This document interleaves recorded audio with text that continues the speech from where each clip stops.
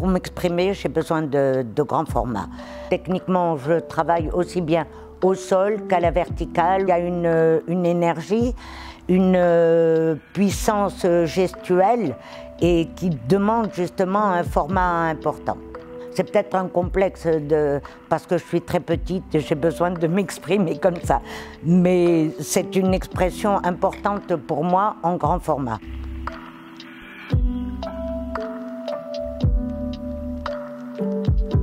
Je travaille le goudron depuis une trentaine d'années et j'ai choisi cette matière justement pour les noirs, qui reste une matière plus vivante avec le goudron que la meilleure peinture à l'huile dans les noirs.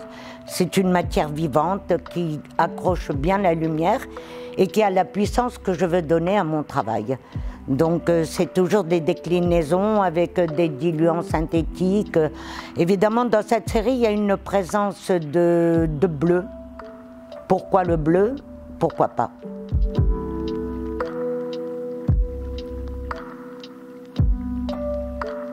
Le résultat de ces toiles, c'est 50 ans de travail. Donc, et je suis constamment dans ce travail, que je sois dans l'atelier ou chez moi ou en voyage, je suis toujours avec ma peinture, elle ne me quitte pas.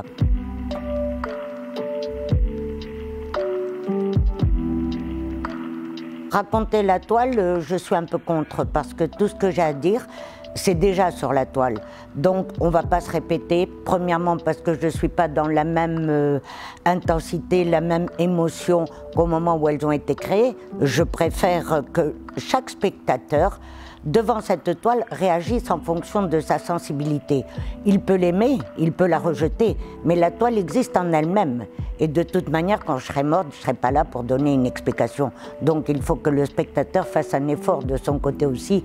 L'art abstrait, c'est surtout susciter l'émotion chez le spectateur. Il n'y a pas d'image, il faut qu'il se retrouve ou pas dans ces toiles.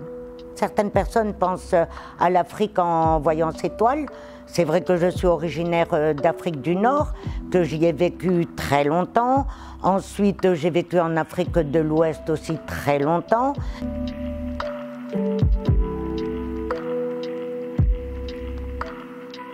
Je travaille au Mexique depuis une dizaine d'années.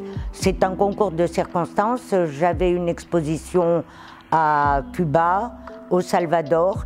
Et quand j'étais au Salvador avec une exposition, on m'a proposé d'exposer au Mexique. Donc je suis allée faire un peu un relevé de terrain, si on peut dire. Et j'ai eu l'opportunité de faire une exposition dans une des plus grandes universités de Guadalajara. Pendant ce temps-là, j'ai fait aussi des masterclass. Et pendant les masterclass, des artistes qui étaient dans ces masterclass m'ont parlé d'un musée à Zacatecas, qui est le musée le plus important d'Amérique latine d'art abstrait. Et j'ai donc rencontré le directeur de ce musée, qui a tout de suite dit que mon travail l'intéressait, mais qu'il n'était pas décideur. Et il m'a dit, le décideur, c'est Manuel Felguérez. Manuel Felguérez, c'est lui qui a introduit le mouvement de la rupture au Mexique. Le mouvement de la rupture étant l'introduction de l'art abstrait au Mexique. Donc Manuel Felguérez, qui malheureusement nous a quittés maintenant avec le Covid cette année, il avait 93 ans. Et donc quand il a vu mes peintures, il m'a dit, nous faisons partie de la même famille. Et très vite, il m'a proposé une exposition où c'est beaucoup de chance parce que c'est l'équivalent du Palais des Papes à Avignon, quoi.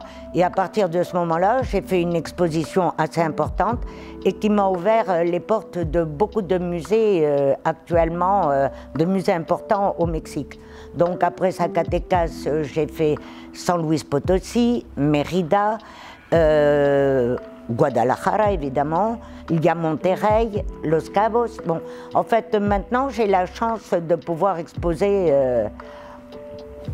de nombreuses fois et dans des lieux prestigieux au Mexique.